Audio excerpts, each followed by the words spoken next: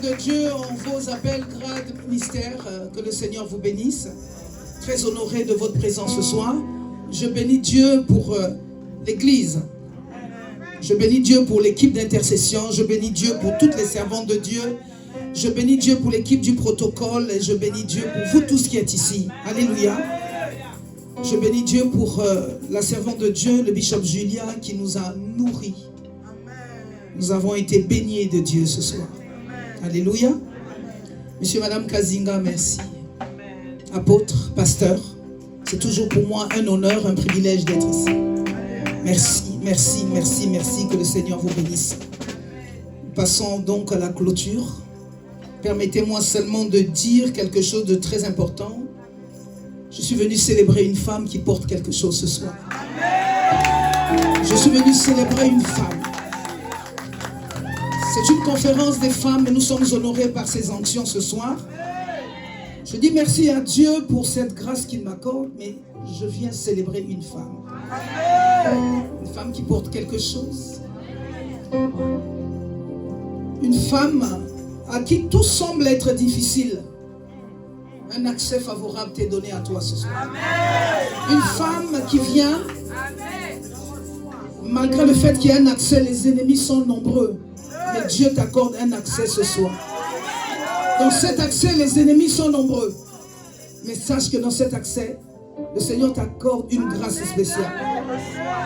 Alléluia. Notre thème, c'est une femme de vision. Cette conférence, c'est la femme de vision. C'est vous. Femme de vision. J'ai le privilège, bien aimé, de comprendre Dieu de temps en temps. Et je prêche que ce que je l'ai compris de Dieu. Quand je n'ai pas compris les choses de Dieu, je ne les prêche pas. Mais quand je prêche, c'est que j'ai compris quelque chose de Dieu. C'est cette faculté qu'il m'a donnée. Et je bénis l'Éternel. C'est important d'avoir une bonne tête. Dis à ton voisin, c'est important d'avoir une bonne tête. Tu sais pourquoi tu dois avoir une bonne tête? Parce que la vision, c'est l'arbre. Amen. Il y a quelqu'un ici? Amen. Je vais être très technique et très spirituelle à la fois. Et très courte. Quand on a écouté beaucoup de messages, on ne peut pas en remplir davantage. Tu dois avoir une bonne tête. Tu mets ta main sur la tête, dis Seigneur, je te remercie de remplir ma tête de ton esprit. La Bible dit que tel il est, tel nous sommes. Mes amis, ne vous amusez pas avec ça. La tête, c'est quelque chose d'important. Et je continue à le dire chaque fois, la tête, c'est quelque chose d'important. C'est dans la tête où beaucoup de choses se renferment. Et je disais hier que quand le diable veut te faire du mal, il détruit ta tête. La bataille de la vie. Amen quelqu'un. La bataille de la vie commence au niveau de la tête. Est-ce que j'ai dit quelque chose? Amen. Vous me comprenez? Amen. Dis-moi ce que tu penses, je te dirai ce que tu es. Amen. Dis-moi ce que tu penses, je te dirai ce que tu es. Nous parlons de la vision. Permettez-moi de circonscrire ce que je vais dire. La bataille de notre vie est au niveau de notre pensée. Et celle de notre pensée doit être notre objectif principal. Oh oh. Je dis à quelqu'un quelque chose. Amen. La bataille de notre vie est au niveau de notre pensée. Amen. Et celle de notre pensée doit devenir notre objectif principal. Amen. Or, la vision, c'est un objectif. Amen. Objectif d'y arriver. Objectif de comprendre. Et objectif d'interpréter. On est d'accord? Dieu dit à Jérémie, Jérémie, que vois-tu? Dieu ne lui a pas demandé combien de temps tu as fait dans la prière. Dieu ne lui a pas demandé combien tu vas me donner comme offrande. Dieu ne lui a pas demandé le nombre de sacrifices. Dieu a commencé une chose. Dire à Jérémie, que vois-tu? Donc une des plus grandes batailles dans la vie, c'est la pensée. Que te dit la pensée? Écoutez, ce que nous avons la capacité de faire dans la vie, c'est d'abord la pensée qui se développe. On a une pensée un matin. Et regardez quand Dieu a voulu élever Joseph. Apôtre. Il lui a donné un songe. Alléluia. Oh là là là là. Oh là là là là. Dieu a donné un songe.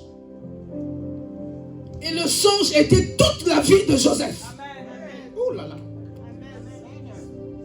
Et l'ennemi s'est levé à cause du songe. L'ennemi ne s'est pas levé parce que Joseph était déjà un homme. La Bible a dit que Joseph avait 17 ans. Et les problèmes de Joseph ont commencé simplement parce qu'il a expliqué sa pensée.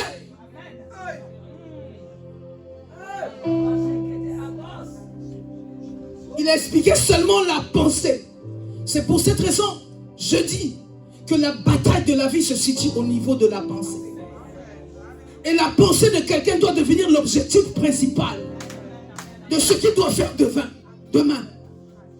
Tu veux devenir qui? Un homme d'affaires? Un évangéliste international, un grand prophète qui porte l'onction royale, un prophète qui parle au roi. Comment tu vas te tenir? C'est là. La vision, c'est quelque chose de mental. Elle commence par le mental. Maman, la vision commence par le mental. Et la mentalité d'un guerrier ne te définit pas par les échecs d'hier. Que les échecs d'hier ne limitent pas ce qui s'est passé dans ta vie. Mais au travers de ces échecs, utilise ça comme un escalier. Jésus a dit une fois qu'il était le chemin. Alors, j'ai vu dans la Bible une femme qui s'appelait Anne, qui avait besoin d'un enfant. Bien sûr qu'il y a plusieurs personnes. Bien sûr qu'il y a plusieurs personnes ici qui ont vécu un problème de stérilité. Bien sûr qu'il y a eu beaucoup de personnes, beaucoup de femmes qui ont rêvé un jour le mariage. Bien sûr qu'ici, qu'il y a des hommes et des femmes qui prient pour devenir riches. C'est ce qu'ils ont dans l'esprit. Mais un jour, Anne,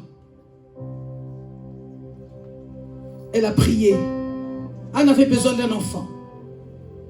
La vision de Anne, c'était d'avoir un enfant. Mais Dieu avait une autre vision pour Anne. La vision de Anne, c'était d'avoir un enfant. Mais la vision de Dieu, c'était d'avoir un prophète. Et il a fallu que vous savez que dans la vision, il faut avoir la capacité d'interpréter. Je parle à quelqu'un ce soir. C'est le problème de la vision. Tout le monde peut rêver. Hein? Apôtre, pasteur, tout le monde peut rêver. Mais après, c'est la capacité. Dis à ton ami, capacité. C'est quelque chose qui intervient dans la vision. La capacité. Tu peux rêver. Après, tu as gardé le songe.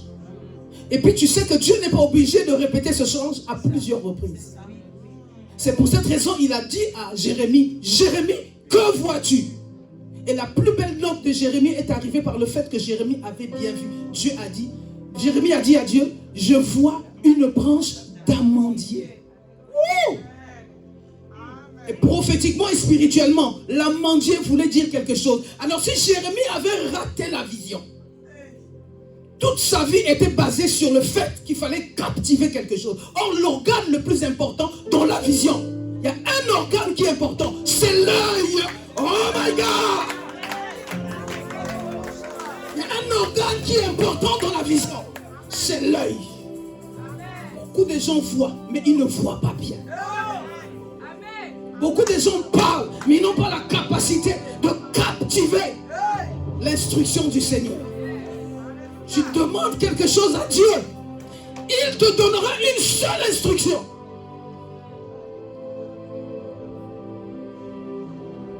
J'avais dit à Dieu un jour,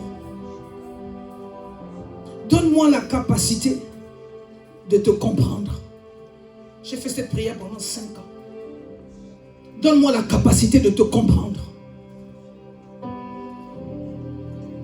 Dieu a dit à Jérémie, Jérémie, tu as bien vu.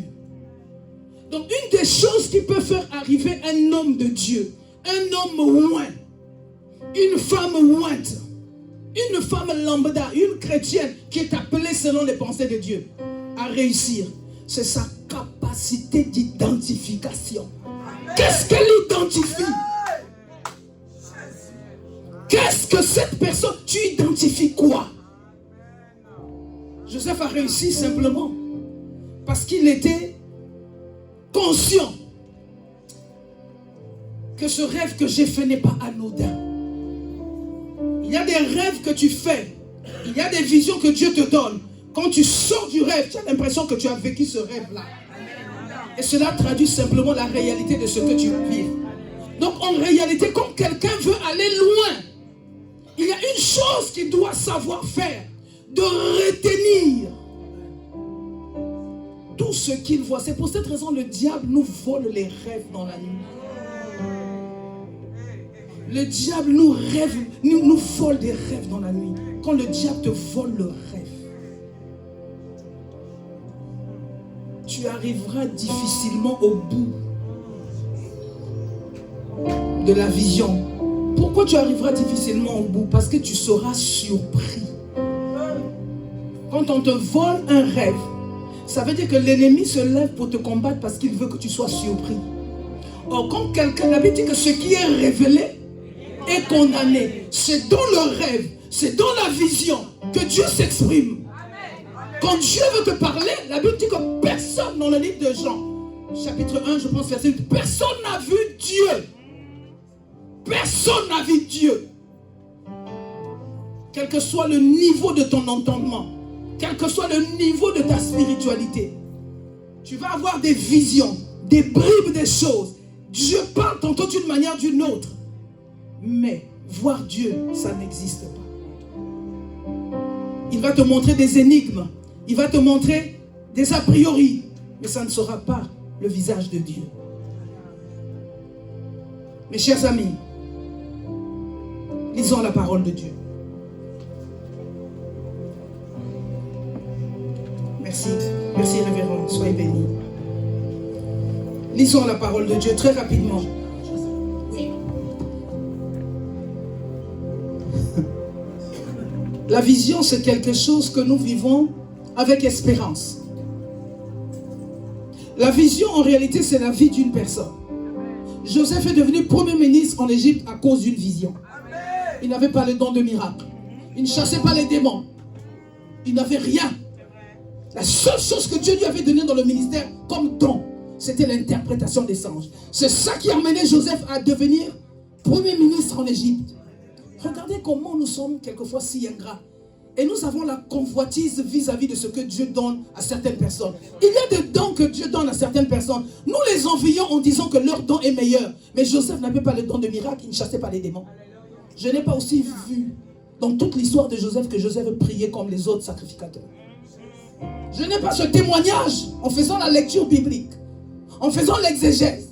Je n'ai pas vu que Joseph était un homme qui passait son temps dans la prière. Parce qu'il était le choix de Dieu. Le choix de Dieu a beaucoup de conséquences. Il y a des avantages, il y a des conséquences. Quand Dieu vous choisit, vous ne faites pas des efforts. C'est pas forcément vous qui conduisez les choses. Mais vous avez comme l'impression que vous êtes porté par quelque chose qui vous emmène à accomplir les desseins de Dieu. C'est pour cette raison, un homme, une femme qui est appelé selon les desseins de Dieu doit réaliser une chose. C'est que ce n'est pas lui qui le fait. Ce n'est pas lui et ce n'est par sa force. Mais c'est parce que Dieu l'a pointé le doigt et qu'il est obligé de faire cela parce que Dieu le conduit. Parce que regardez ce que la Bible dit.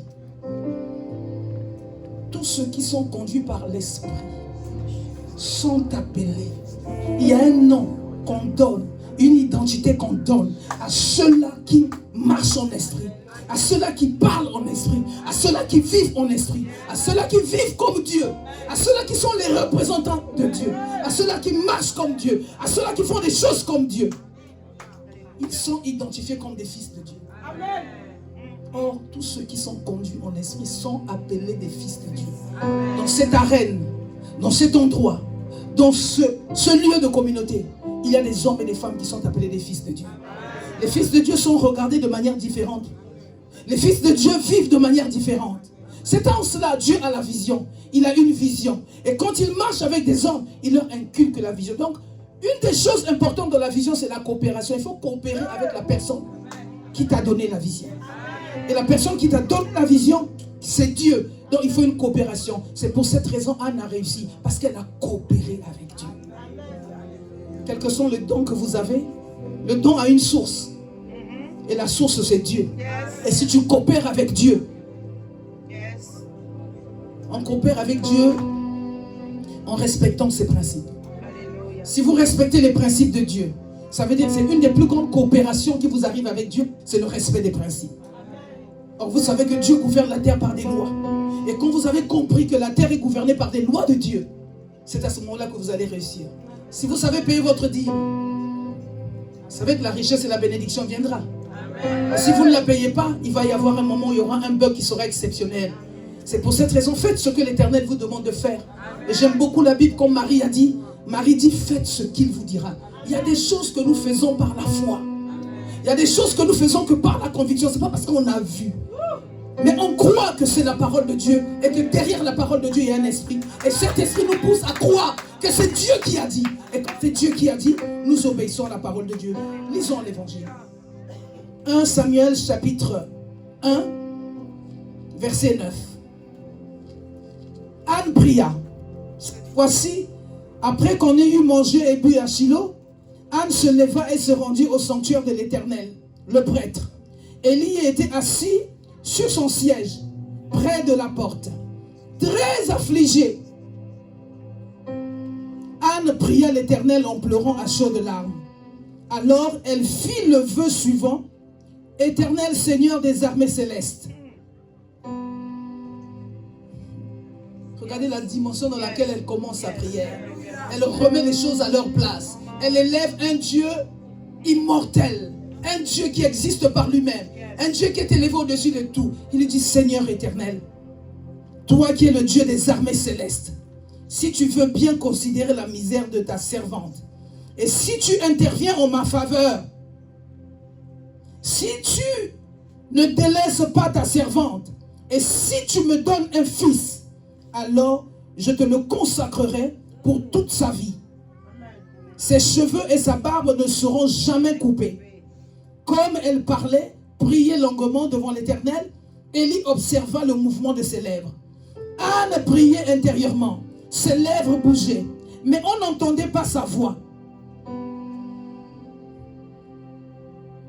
Les personnes de vision ont toujours une force extraordinaire. Quelle que soit la douleur que vous pouvez éprouver, mais vous ne montrez pas aux hommes votre faiblesse. Vous ne montrez pas aux hommes votre douleur. Que le Dieu qui vous appelait aille leur parler dans le secret pour leur dire ce dont vous avez besoin. Une femme de vision croit en elle.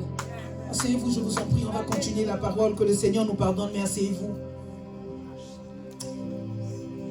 J'ai envie de dire à une femme, je suis venu célébrer quelqu'un ce soir. Je suis venu célébrer une femme qui est restée longtemps. Qui est restée longtemps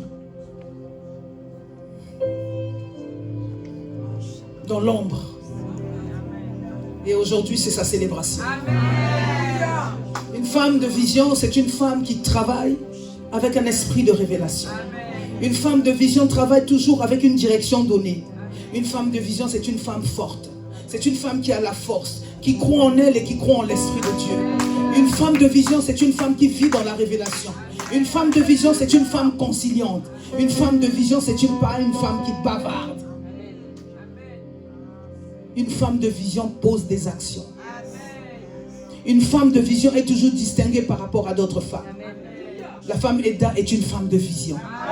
Une femme qui veut emmener les autres. Une femme de vision, on la suit. Est-ce que vous savez qu'une femme de vision, on la suit? Une femme de vision a un caractère. Une femme de vision fait les choses pas pour son intérêt, mais pour l'intérêt de l'avancement du royaume de Dieu. En réalité, la vision, c'est quelque chose qui donne la vie. Quand quelqu'un a une vision, cette personne ne se disperse pas n'importe comment. La vision vous éloigne. La vision vous éloigne de la distraction. La vision vous ramène à l'ordre. Qu'on peut se distraire pour un moment. Mais je sais que Dieu m'a confié un mandat. Dieu m'a confié une responsabilité. À cause cause de ce que Dieu m'a confié. Toute ma vie dépend de la réussite de la vision que Dieu m'a donnée. Oh my God. Toute ma vie dépend de la réussite de la vision que Dieu m'a donnée. C'est pour cette raison, à un certain moment, Anne a aimé le silence. Anne a aimé le retrait. Anne a aimé la prière qui devait l'emmener à la victoire. Vous savez, quand on a beaucoup de problèmes, une femme de vision, ce n'est pas une femme qui se confie à n'importe qui. Une femme de vision a un regard perçant parce qu'elle sait là où elle est en train de partir. Et elle regarde les hommes avec l'esprit. La preuve en est, le prophète était là, le prophète Élie était là, mais il n'a pas vu Anne comme Anne voulait qu'on la voie. Il y a des problèmes où vous serez confrontés, où même le prophète, où même les saints ne pourront pas intervenir parce qu'il s'agit de ton mandat, il s'agit de ta relation, il s'agit de ta vie personnelle où tu seras obligé d'être confronté au mur. Une femme de vision, c'est une femme qui parle avec Dieu. Une femme de vision connaît parler à Dieu. Une femme de vision, c'est une femme qui interroge Dieu. Une femme de vision, c'est une femme qui pose des questions à Dieu.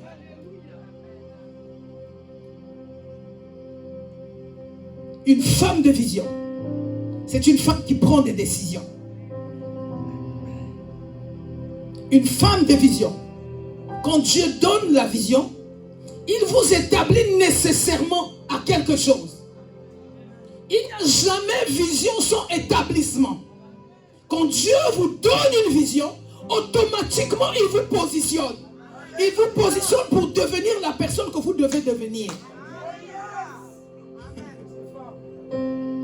La vision que Moïse, la vision que Joseph avait eue, l'a établie vis-à-vis de ses frères. La jalousie est montée dans la vie de ses frères à cause de cet établissement. Il n'avait rien. C'était l'image des choses à venir. C'était seulement ce qui devait venir. Mais on l'a attaqué à cause de la promesse. On l'a attaqué à cause des choses qui devaient arriver. Vous savez qu'une personne qui a la vision de Dieu doit être attaquée. C'est pour cette raison que j'ai béni l'Éternel quand le pasteur Fatima a parlé de l'accouchement. C'est une grossesse qu'on porte. C'est quelque chose qu'on porte au milieu de soi. C'est quelque chose qu'on porte. Et généralement, les gens qui ont des visions seront calomniés. Parce qu'en réalité, ce que le diable veut, c'est l'échec. Le diable veut l'échec. Le diable est positionné à attaquer les personnes qui ont la chose de Dieu. Des personnes à qui Dieu a donné une vision. Le diable les attaque, c'est pour faire échouer le plan de Dieu. Or, il est impossible que ceux qui ont connu la pensée de Dieu, or, il est impossible que ceux qui ont connu la pensée de Dieu puissent être emmenés à échouer. Et Dieu ne peut pas permettre que vous échouez. Parce que c'est lui qui a donné la vision. Parce que c'est lui qui conduit la vision. On peut s'égarer un moment dans la vision. On peut être arrivé dans un rond-point où on ne sait plus là où on va. Simplement parce qu'on ne sait plus comment conduire la vision. On n'a pas dit que chaque fois quand on a la vision, on réussit du coup. On peut arriver dans un rond-point où on tourne en rond. Parce que la vision s'est brisée.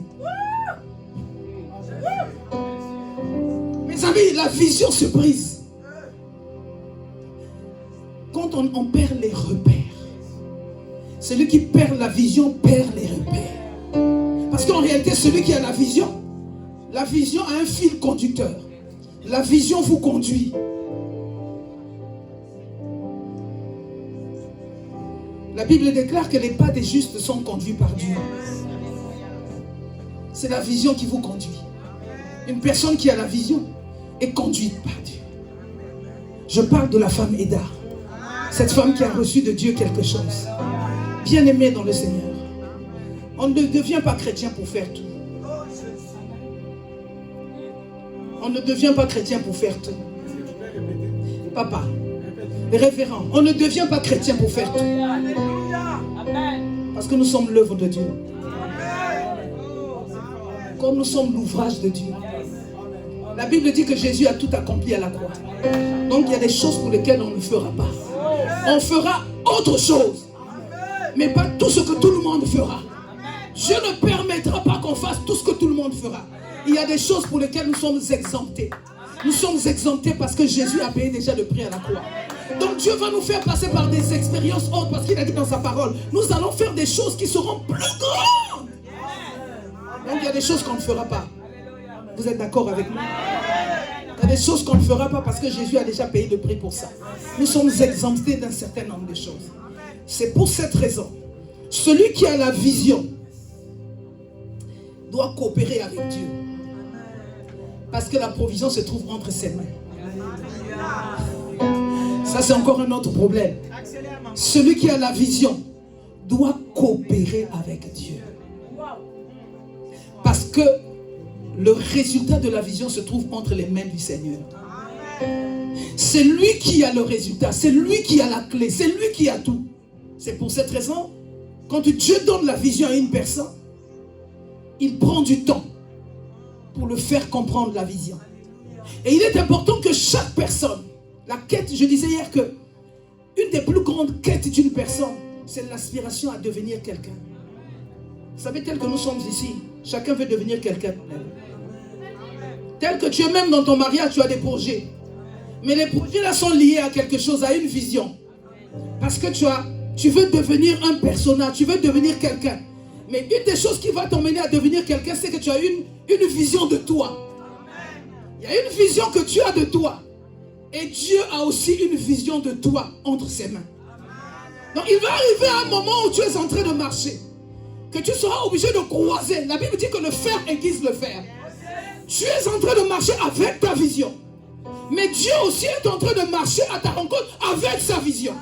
Il aura un moment où vous êtes obligé de vous rencontrer. Et la vision de Dieu va prendre le dessus. Alléluia. Alléluia. C'est pour cette raison que je suis venu dire à quelqu'un ce soir. Il n'existe personne dans ce monde qui est né et qui ne marche pas sans vision. Qu'elle soit petite, qu'elle soit grande, il y a une vision qui anime ton existence. Il y a quelque chose au fond de ton cœur, au fond de ton âme, qui anime ton être. C'est pour cette raison, on ne peut pas parler de vision si on n'est pas conduit par l'esprit. En réalité, la vision se trouve dans l'esprit. Quelqu'un me comprend? Et j'ai dit que la tête doit bien fonctionner. Si on veut parler de vision, une des choses les plus essentielles que Dieu a besoin, c'est ta tête. Et les choses toujours commencent en esprit. Toutes les personnes qui ont révolutionné ce monde ont commencé une fois à la réflexion. C'est pour cette raison, quand ta tête fonctionne correctement, tu as la capacité de faire des nouvelles choses. En fait, l'échec, je la considère comme une expérience. L'échec n'est pas une fin en soi, mais l'échec est une expérience. Plus vous avez des échecs dans la vie, plus le Seigneur vous amène à vous poser des bonnes questions. Au juste, pourquoi je vis? Nous nous posons souvent la question inéluctable de savoir, mais la vie a quel sens? La vie commence à avoir un sens quand vous commencez à réfléchir. Est-ce que je dis quelque chose à quelqu'un? Réfléchissez et devenez ce que vous devez être. Réfléchissez et commencez à devenir la personne que vous devez être. Ce qui est bien avec Dieu, c'est qu'il ne nous a rien laissé, il nous a laissé que son livre. Oh. Il ne nous a pas laissé des maisons. Il ne nous a pas donné des vêtements. Il nous a laissé le livre.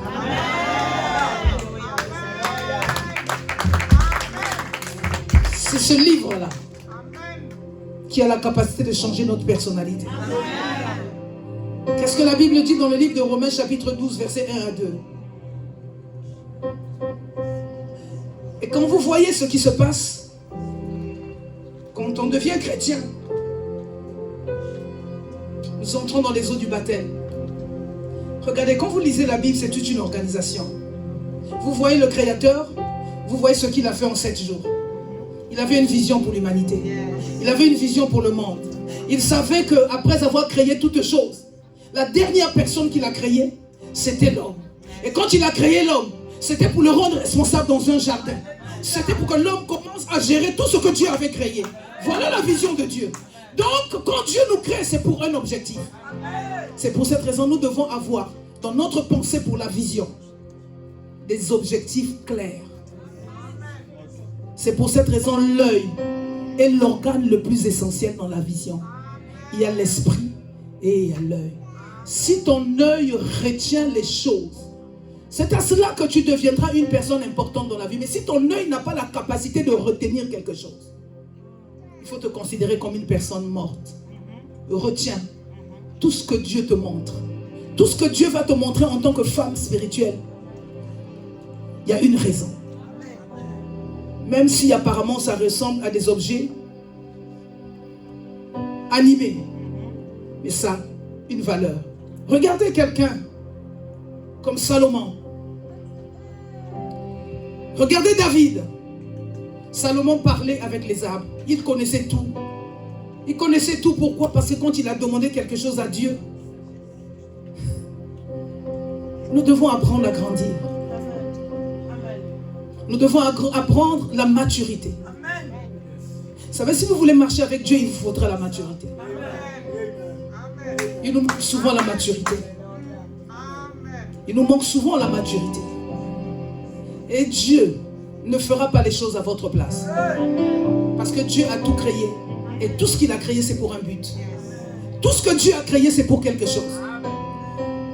Mes chers amis, David a eu l'intention de bâtir un temple. C'était son intention. C'était la vision qu'il avait. Après que le Seigneur lui ait donné beaucoup de victoires, plusieurs victoires dans ses batailles, qu'est-ce qu'il a dit dans son âme? Il a réfléchi. Est-ce que tu réfléchis correctement? La vision aussi vient de la multitude des réflexions que tu fais dans la tête. Plus tu commences à penser à beaucoup de choses, plus tu commences à avoir les visions au sujet de ce que tu es en train de penser. Vous ne verrez jamais Dieu. C'est pour cette raison que ce thème est important, bien-aimé dans le Seigneur. La vision te définit. La vision définit la vie d'une personne. Qui tu veux être demain? Et tout est associé à la vision. Le personnage que nous sommes aujourd'hui a été défini par le rêve que nous avons eu, par la vision que nous avons eue. Comment tu te vois? Même le choix de mariage est lié à une vision. C'est pour cette raison que nous n'épousons pas seulement un homme, mais nous épousons la vision. Quand tu décides d'épouser un homme, tu ne l'épouses pas parce qu'il est l'homme le plus beau, parce qu'il y a des hommes qui sont meilleurs que lui.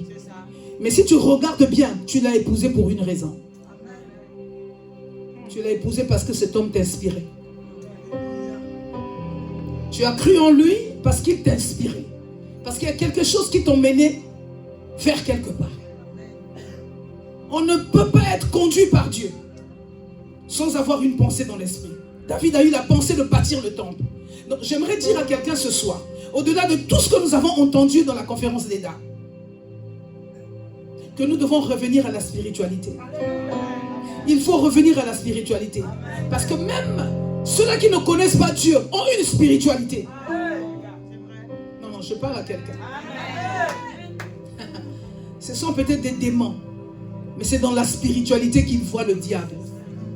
Ce n'est pas physiquement qu'on peut comprendre que celui-là qu'on a vu est différent de celui-là qu'on a vu. C'est quand on voit la personne, on se rend compte que notre esprit, ce n'est pas la chair qui réagit, mais c'est notre esprit qui réagit quand nous voyons quelqu'un. Vous comprenez? David a eu la pensée de bâtir un temple. Dieu lui a dit, David, je connais ton cœur. David, je vois que tu es l'homme selon mon cœur. Mais tu ne peux pas bâtir ce temple-là parce que tes mains sont pleines de sang. Parce que la vision voit l'avenir. Est-ce que quelqu'un comprend? En fait, la vision, c'est l'avenir. Dieu ne nous place pas dans n'importe quelle église. Dieu ne nous place pas derrière n'importe qui. Il y a des hommes et des femmes de destinée. Il y a des hommes et des femmes de prédestination. Il y a des hommes et des femmes de prédestination. Il y a des hommes et des femmes qu'on suit parce qu'ils ont quelque chose à nous donner. Nous le sentons dans notre esprit que cette personne va nous donner quelque chose. Nous la suivons, ce n'est pas à cause de bien. C'est trop dépassé de voir des chrétiens, des hommes et des femmes qui suivent une personne à cause de l'argent. L'argent vient, s'en va.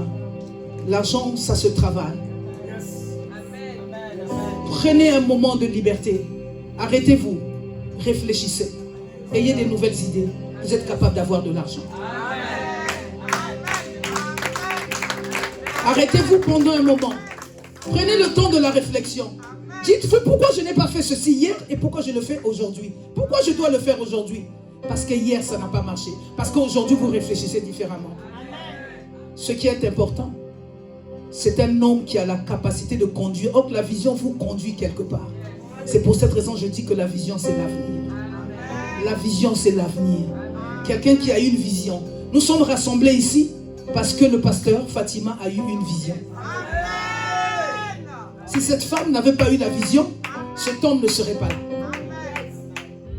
Cet homme est positionné à côté d'elle parce que Dieu lui a donné une vision. Et il est la provision dans cette vision.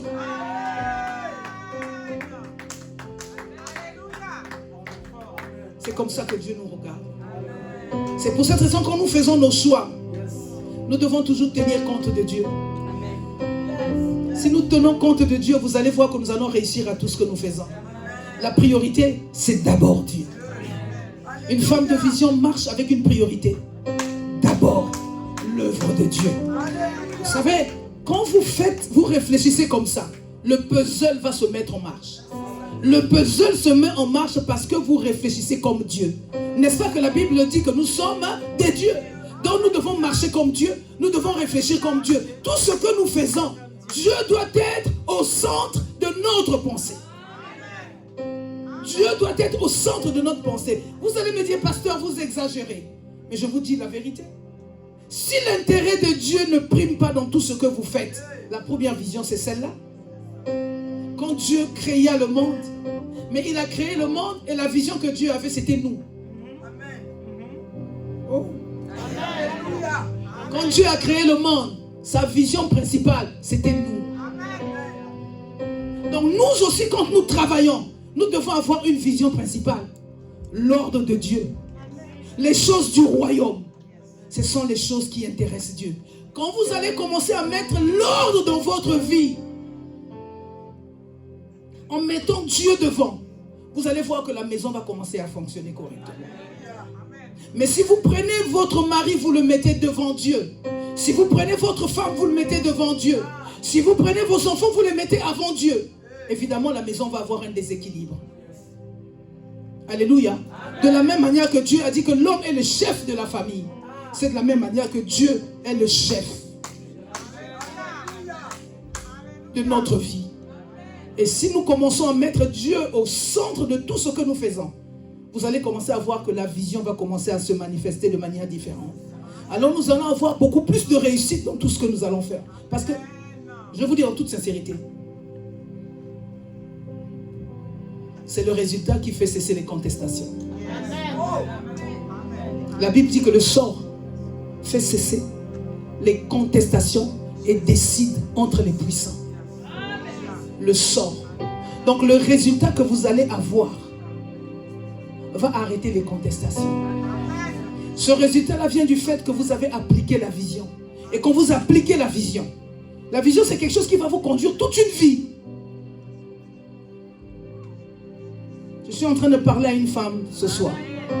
Une femme Aida ce soir. Une servante de Dieu qui est arrivée ce soir. En réalité, ton mariage est dans le plan de Dieu. Ta vie est dans le plan de Dieu. Mais pour que les choses s'accomplissent telles que le Seigneur voudrait, il faut que tu repartes à la vision. Et quand tu vas revoir ta vision correctement, tu vas commencer à te rendre compte qu'il y a des choses qui ne marchaient pas bien parce que la vision était brisée. Dans un couple, quand la vision est brisée, le couple ne fonctionne pas. Donc la vision, c'est quelque chose de très très très important. La vision, c'est un fil conducteur. La vision, c'est ce qui vous emmène à la rencontre des choses spirituelles. Alléluia. Vous savez que quand même un président de la République est élu, il est élu sur la base d'un programme. Il est élu sur la base d'un programme de société. Les gens viennent le voir parce qu'il a un programme de société. Et le programme de société, c'est sa vision. Les intellectuels quittent leurs entreprises pour suivre un homme. Ils ne leur donnent pas forcément de l'argent, mais ils croient en lui parce qu'il a un projet de société. Le projet de société, c'est quoi? C'est sa vision. Donc on ne peut pas venir à l'église. On ne peut pas être derrière le pasteur Fatima. On ne peut pas être derrière l'apôtre Kazinga sans connaître leur vision. On ne peut pas s'asseoir dans une église si on ne connaît pas la vision de Dieu. En réalité, ce qui va vous faire attendre ici, c'est de savoir, est-ce que cette femme et cet homme ont Dieu? Et quelle est la vision que Dieu leur a donnée? Quand on rencontre un homme qui a le fardeau, qui a la charge, la première question qu'on lui pose, quelle est la vision que Dieu vous a donnée? En réalité, c'est la vision qui va déterminer. La poursuite même de ses prières est liée à la vision que Dieu lui a donnée. L'organisation de l'église est liée à la vision que Dieu lui a donnée. C'est pour cette raison qu'il est important de bien voir, de faire des bons choix. Non, je dis quelque chose d'important. Dans la vision, il faut savoir faire des très bons choix. Il faut faire un très bon choix. Et le choix est lié à ce que tu penses dans la tête. Le choix n'est jamais lié par la beauté. Toutes les personnes qui se marient avec quelqu'un parce qu'on estime que cette personne a quelque chose de bien sur le visage vont échouer parce qu'après la beauté, ça se fatigue, l'homme change. Les tablettes diminuent. Comme la servante de Dieu, la prophétesse disait que les tablettes diminuent. Mais quelle absurdité d'épouser un homme parce qu'il est beau. J'épouse un homme à cause de sa tête. Amen. Amen. Il doit me faire rêver. Le rêve, ce n'est pas les tablettes parce que je dois savoir ce que mes enfants vont manger demain. Où je vais partir. Je vais où? La direction, c'est laquelle? C'est la vision. C'est bizarre. La direction, c'est laquelle? C'est la vision. Il m'emmène où? Même s'il est pauvre, qu'est-ce qu'il a dans la tête? Les hommes les plus dangereux, ce sont ceux-là qui ont des visions.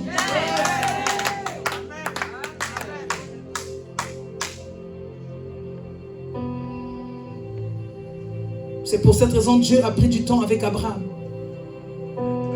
Déborah a dit, je n'irai pas si tu ne m'accompagnes pas. En fait, je voudrais dire à quelqu'un ce soir pour clôturer. L'organe que Dieu a mis au centre de ta vision, c'est l'œil. À partir d'aujourd'hui, identifie. Identifie tout ce que Dieu te montre. En réalité, la vie dans la vision est comme un puzzle. La vie dans la vision est comme un puzzle. La Bible dit qu'à chaque jour suffit sa peine. Donc Dieu va connecter votre vision chaque jour un peu plus davantage à la direction là où tu es en train de partir. Il ne fera pas ça d'un coup. Il le fera au fur et à mesure. La vision s'accomplit au fur et à mesure. Même si la mort va intervenir, il y a la postérité. La Bible dit qu'il ne manquera pas de successeur sur le trône de David. La Bible dit qu'il ne manquera pas de successeur sur le trône de David. Même si dans la vision, les acteurs de la vision, au milieu de la vision, il y a des acteurs. Les acteurs peuvent tomber. Les acteurs peuvent mourir. Mais il y a des successeurs qui sont là dans la vision. Parce que Dieu n'est pas limité par nos faillites. Dieu n'est pas limité par nos problèmes. Dieu n'a pas peur de nos problèmes. Dieu a simplement besoin des hommes et des femmes qui ont la pensée élevée du royaume. Quand ta pensée est très élevée en ce qui concerne le royaume de Dieu, à ce moment-là, Dieu va marcher avec toi. On ne peut pas compromettre Dieu par nos problèmes. On ne peut pas compromettre Dieu par nos désirs. On ne peut pas compromettre Dieu par le manque.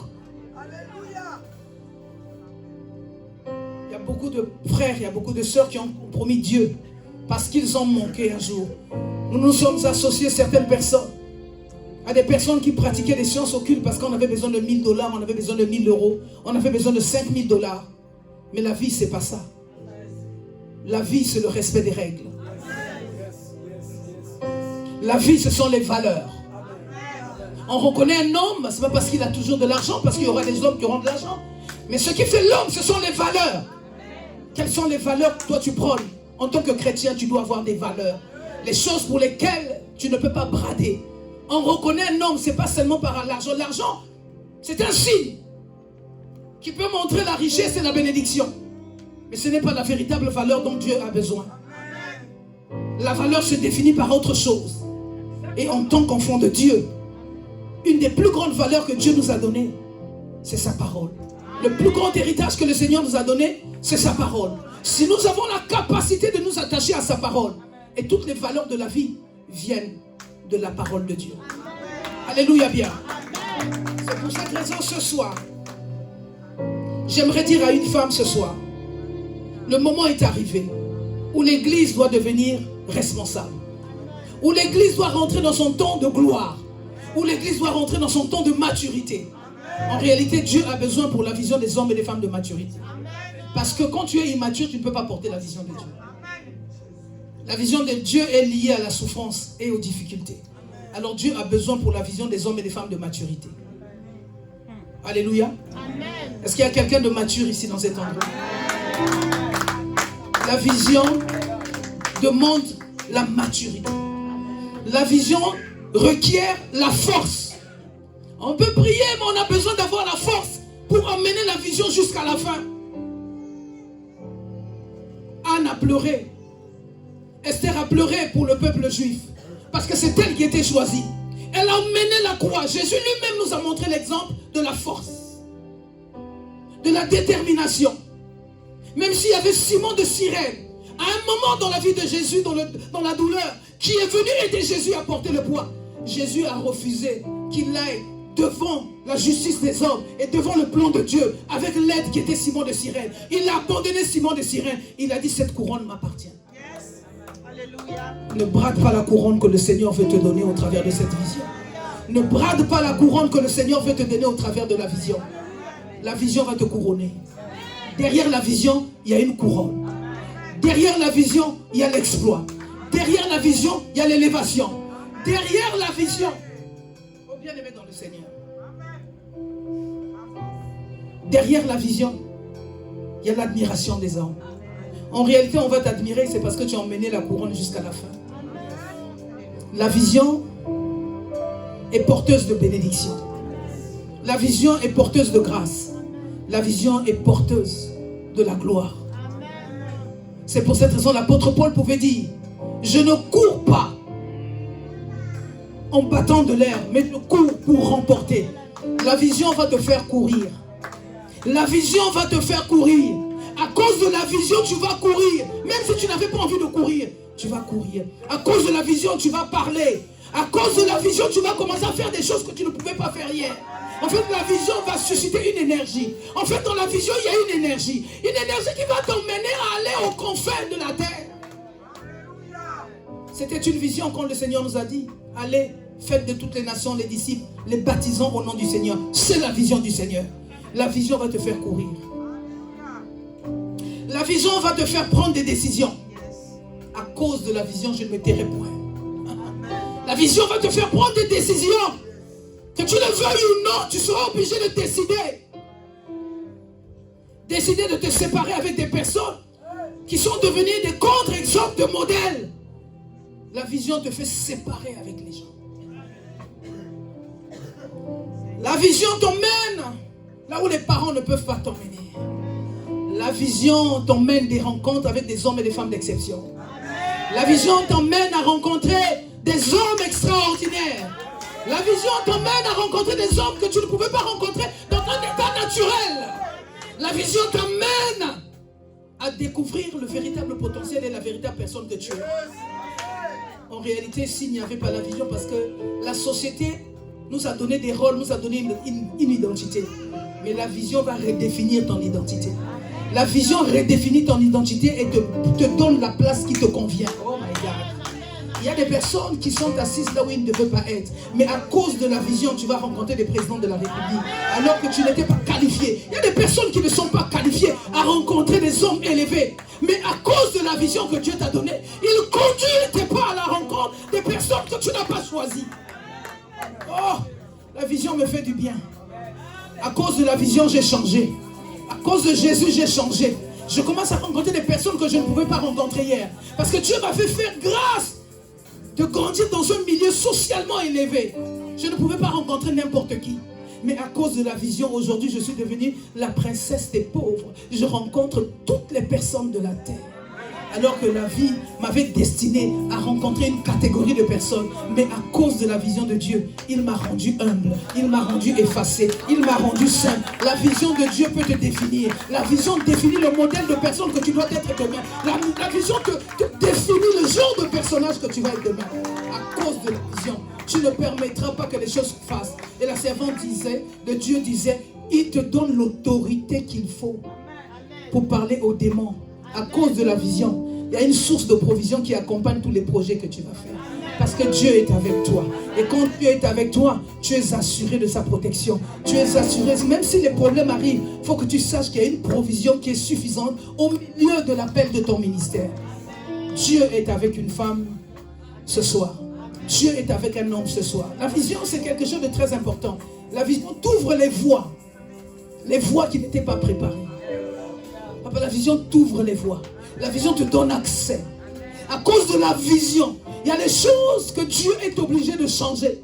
Il y a des choses pour lesquelles Dieu est obligé d'intervenir.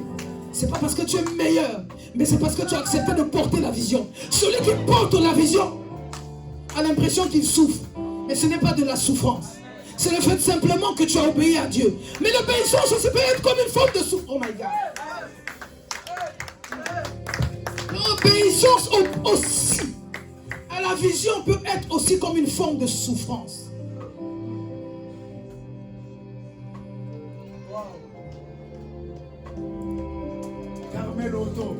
Jésus n'a pas regardé à son égalité. Il n'a pas regardé à son égalité alors qu'il était Dieu.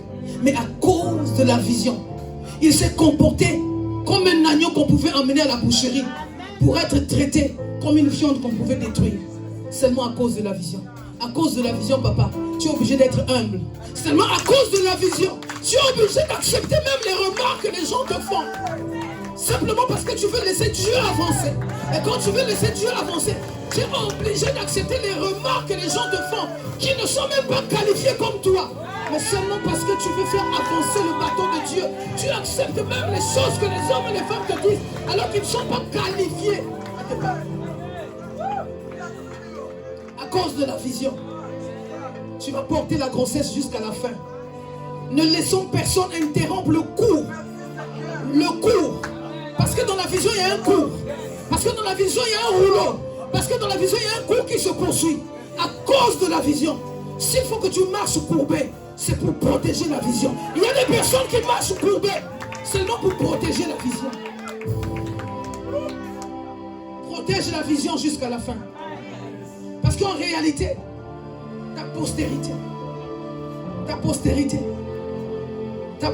régnera à cause du fait que ta mission a été bien faite. Or, ceux qui réussissent leur vision avec Dieu, ils assurent la victoire pour leurs enfants, pour leur progéniture. Car Jésus a dit une chose dans la parole de Dieu: faites-le, pas pour moi, à cause de ceux-là qui vous regardent et qui savent en réalité que vous avez donné votre vie à Christ. Mais quand on devient des chrétiens, quand on marche pour Dieu, quand on vit pour Dieu, quand on vit pour la vision, on doit être en mesure de pardonner, de réfléchir, de regarder les choses autrement. En réalité, la vision vous fait accepter les personnes qui vous ont fait du mal hier. Parce que vous savez que ces personnes sont une ressource pour votre vision. Et vous connaissez ce que Dieu vous a dit au sujet de ces personnes. À cause de la vision, nous allons continuer à travailler jusqu'à la fin. La vision t'emmènera à travailler jusqu'à la fin. Ne t'inquiète pas. Le Seigneur est là pour te préserver. Jésus lui-même est là pour te préserver. Il te donnera la force. Il t'emmènera jusqu'à la fin. Jusqu'à la fin, comme Jésus lui-même, tu porteras la croix. Ceux qui ont la vision portent leur croix. Ceux qui ont la vision de Dieu portent leur croix jusqu'à la fin. Je suis venu dire à une femme, la vision, il faut porter la croix jusqu'à la fin. Ne donne pas à quelqu'un la capacité de prendre ta place. Mais la place, tu la laisses quand ton temps est arrivé. Quand ton temps est arrivé, ce n'est pas toi qui partiras, ce n'est pas toi qui vas décider. C'est Dieu qui te fera partir. Est-ce qu'on peut se lever?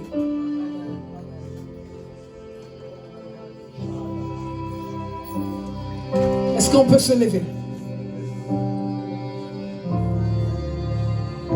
Est-ce que chacun peut se lever pour dire à Dieu, Seigneur, Je viens devant toi maintenant pour te demander d'éclairer mon esprit, d'éclairer ma mémoire. Il y a certainement des choses que je n'ai pas bien compris dans la vision. Rappelle-moi mon rôle. Rappelle-moi avec détermination ce que j'ai manqué. Il y a des personnes qui ont manqué des rendez-vous. Il y a des personnes qui ont manqué des rendez-vous avec Dieu parce qu'ils avaient fait échouer la vision. La vision te conduira. La vision t'emmènera à bon port. Ton élévation est liée à la vision que Dieu t'a donnée. Et nous sommes ici dans le cadre de l'église.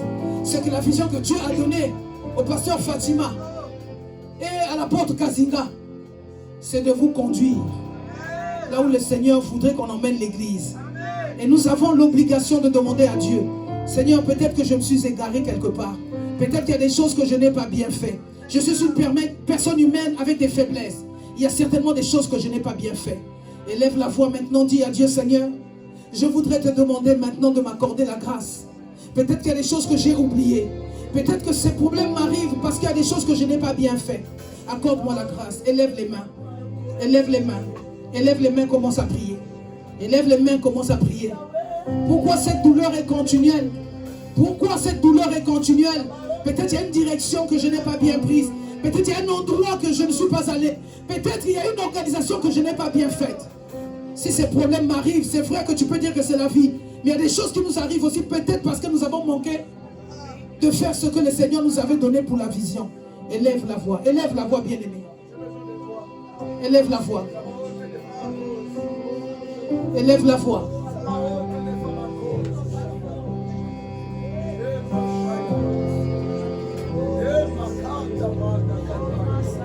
Dis à Dieu, si l'église traîne, c'est peut-être parce que je ne suis pas à mon poste. C'est peut-être parce que je n'ai pas fait exactement ce que tu m'as demandé de faire. Il y a des choses qui traînent dans ta vie. Peut-être que tu ne comprends pas bien la pensée de Dieu.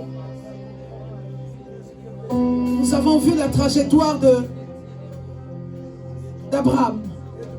Comment c'était jalonné de difficultés. Et le Seigneur lui a dit, Abraham, sois intègre devant ma face. Nous avons vu Joseph. Comment il a été vendu par ses frères. C'était la trajectoire.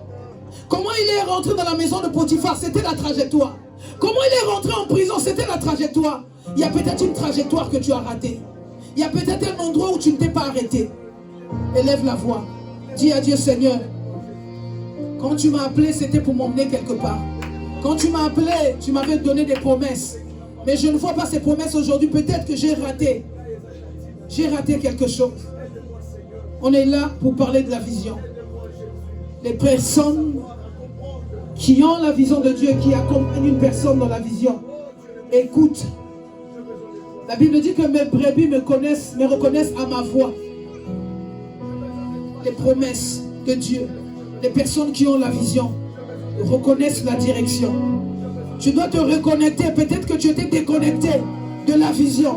Ce soir, le Seigneur t'appelle à te reconnecter. Reconnecte-toi. Je ne vous vois pas prier, je suis étonné. C'est la grâce que le Seigneur vous accorde.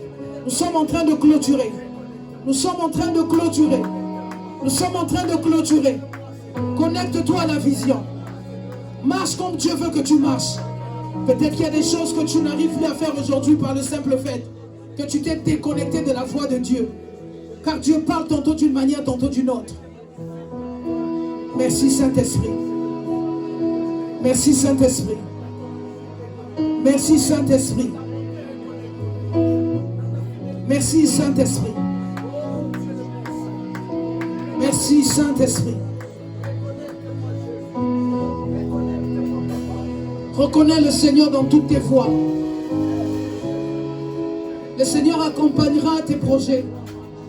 La Bible dit que le Seigneur sonde les reins et les cœurs. Peut-être que tu t'es égaré quelque part. Dans ton ménage, dans tes projets de société, dans la création de tes richesses, dans le ministère, dans le pastorat. À l'église ici, le Seigneur t'avait emmené pour être derrière le pasteur. Le Seigneur t'avait emmené pour être derrière l'apôtre. Tu t'es dit que tu avais trop de diplômes. Tu t'es dit que tu connaissais assez. Et si tu connaissais assez, pourquoi tu ne t'en sors pas? Accepte qu'on te conduise. Accepte qu'on t'emmène quelque part. Or, la vision va t'emmener quelque part. dans un endroit solide, dans un endroit serein, là où tes propres parents biologiques ne peuvent pas t'emmener. La vision te conduira.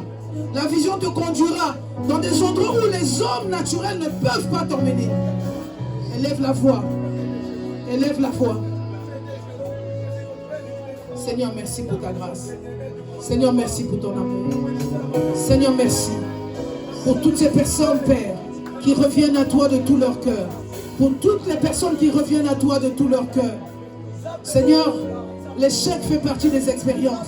Si la vision a échoué, s'il y a eu l'échec, c'est parce que la vision s'est brisée. Seigneur, maintenant nous revenons à toi.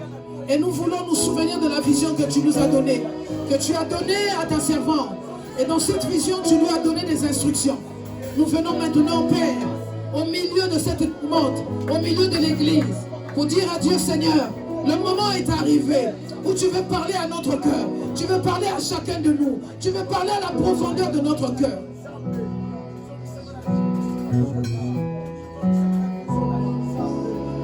Car la Bible dit dans le livre d'Apocalypse, ce que j'ai contre toi, c'est que tu as perdu ton premier amour. Le premier amour aussi est tenu par le fait que tu as oublié la première vision que Dieu t'avait donnée. Et le Seigneur se lève ce soir pour t'interpeller. Qu'est-ce que tu as fait de la première vision? Qu'est-ce que tu as fait du premier amour? Avant que Dieu te donne la continuité de la vision, tu dois revenir au premier amour. Si Dieu avait donné les deuxièmes tables à Moïse, c'est parce que les premières tables avaient été brisées.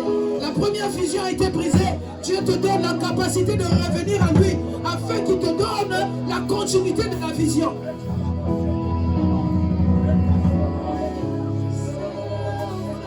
Moïse a eu les deuxièmes tables avec une nouvelle vision. Ce soir, je suis en train de parler à une femme. Je suis en train de parler à un homme qui a une nouvelle vision qui est en train d'arriver.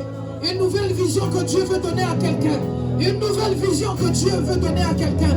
Pour que cette personne arrive là où le Seigneur veut qu'il arrive. Parce que la vision, c'est une bénédiction.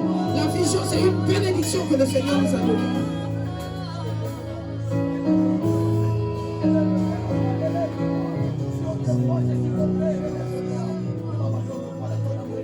Relève-toi là où tu es tombé. Relève-toi là où ça s'est brisé. Relève-toi où la relation d'intimité avec Dieu s'est brisée.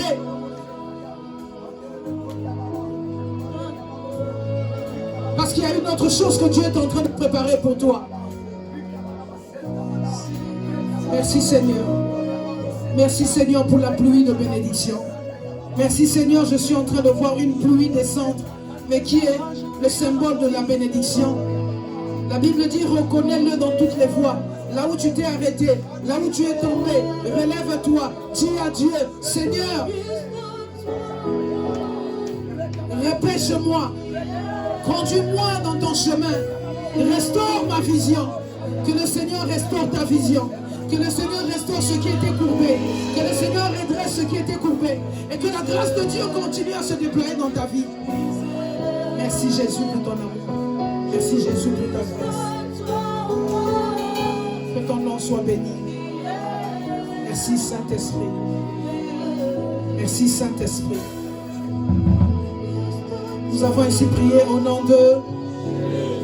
Pendant que nous étions en train de prier, pendant que nous étions en train de faire la repentance au Seigneur pour revenir à Dieu dans la vérité, parce qu'il y a des personnes qui sont allées très loin de la frontière, ils ont dépassé les bornes avec Dieu. Le Seigneur a besoin que vous reveniez à lui. Que son peuple revienne à lui, que son peuple revienne au premier amour, que son peuple revienne à la première vision. Pour que Dieu vous donne la suite de la vision, vous devez d'abord revenir à la première vision. Alléluia bien. Alléluia bien. Il a dit dans le livre d'Apocalypse, ce que j'ai contre toi. Tout ce que tu as fait, le Seigneur a compris. Mais cette fois-ci, il te dit que ce que j'ai contre toi, c'est que tu as abandonné le premier amour. Le premier amour, c'est l'image de la première vision que Dieu t'avait donnée. Tu venais à l'église, tu travaillais, tu ne murmurais pas. Tu venais à l'église, tu faisais des choses sans juger l'homme de Dieu, sans juger la femme de Dieu. Tu venais à l'église, tu travaillais pour que le peuple de Dieu, pour que le royaume de Dieu avance. Aujourd'hui, il y a des choses que tu ne fais plus. Mais le Seigneur est en train de tenir compte de tout ce que tu faisais avant. Et il te parle ce soir. Il te dit, comme il avait donné à Moïse les deuxièmes tables des lois. Mais aujourd'hui, il te donne aussi la capacité d'avoir la suite de la vision. Il n'y a pas de vision. Il y a la suite, mais il n'y a pas de vision. Il n'y a pas deux visions. Il y a toujours la suite, mais il n'y a pas deux. Si la première est brisée, Dieu te donne la possibilité d'avoir une deuxième, et qui est pratiquement la même, qui est en réalité la même. Mais il te donne avec des choses plus grandioses pour que tu comprennes définitivement. Comme il a donné à Moïse. Alléluia. Que le Seigneur nous bénisse. On acclame le roi. Acclame le roi. Merci Seigneur. Il y a une pluie de bénédictions qui était en train de survoler dans la salle. Des nouvelles choses vont arriver à cause de cette nouvelle vision. Des nouvelles choses qui vont arriver dans la vie de chacun de nous. Des nouvelles choses. Je vois des nouvelles bénédictions, des nouvelles choses, des nouvelles connexions. Des nouvelles portes qui vont s'ouvrir. Je suis en train de voir une pluie dans l'église. L'église est imbibée de la pluie. Jusqu'aux enfants, je suis en train de voir une activation d'un nouveau niveau. Une activation des nouvelles choses. Je suis en train de voir une nouvelle activation des nouvelles choses. Jusqu'aux enfants. Et je suis en train de voir l'eau déborder. L'eau est en train de déborder. L'eau qui est l'image symbolique de la parole de Dieu, qui est en train de déborder dans la vie de chacun de nous. Écrivez-le parce que le Seigneur va le faire. Il va consoler le cœur de sa servante. À cause des attaques spirituelles que tu as vécues. Je parle au pasteur Fatima. Le Seigneur va consoler ton cœur à cause de toutes les attaques spirituelles que tu as reçues. Car le moment de Dieu est arrivé pour la consolation. Reçois cela au nom de Jésus. Nous avons ainsi prié au nom de Jésus. Acclamons le Seigneur. Nous allons nous asseoir avant de clôturer. Je vais faire appel à toutes ces personnes qui ont emmené, qui avaient pris le vœu hier. Et je vais prier particulièrement pour toutes ces femmes, tous ces hommes qui sont venus pour le manteau des affaires, pour la grâce. Nous avons besoin que l'Église ait des partenaires solides. Le royaume de Dieu a besoin des finances. Et la Bible dit dans le livre d'Agé que l'or et l'argent appartiennent à Dieu. On ne peut pas se dire que non, on va à l'église, on ne parle pas d'argent. Si vous ne parlez pas d'argent à l'église, les gens vont retourner avec leur carnet d'échecs. Ils vont retourner avec leur carte de crédit. Or, c'est vous que Dieu a sélectionné pour être les partenaires de l'église. Alléluia. Je vous appelle très rapidement pour 2-3 minutes pour la prière. Toutes ces personnes qui ont fait le vœu devant le Seigneur.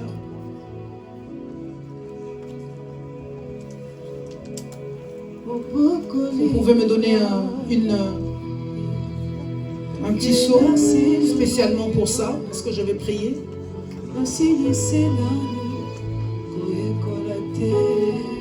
Donnez un plateau, quelque chose, prenez ce plateau, mettez les offrandes sur un plateau, comme ça je vais les présenter au Seigneur. Toutes ces personnes qui ont pris des enveloppes hier soir,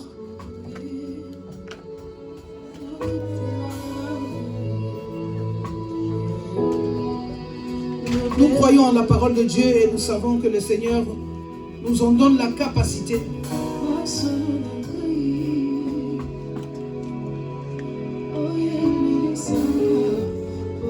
Je fais appel à toutes ces personnes qui ont pris des vœux hier. Merci Saint-Esprit.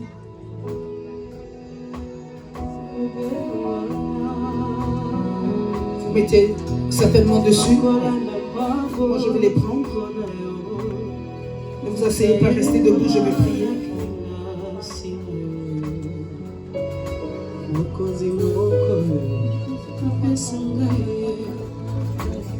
Apportez vos offrandes. Ce ne sont pas des offrandes. Apportez les vœux que vous avez faits devant le Seigneur.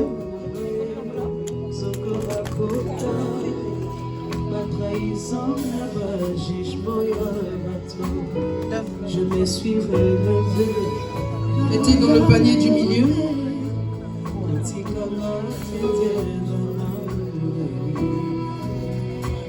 On donne toujours le meilleur à Dieu.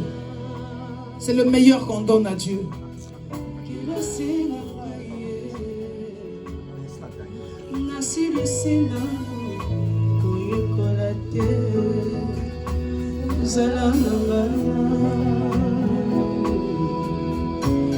Solo na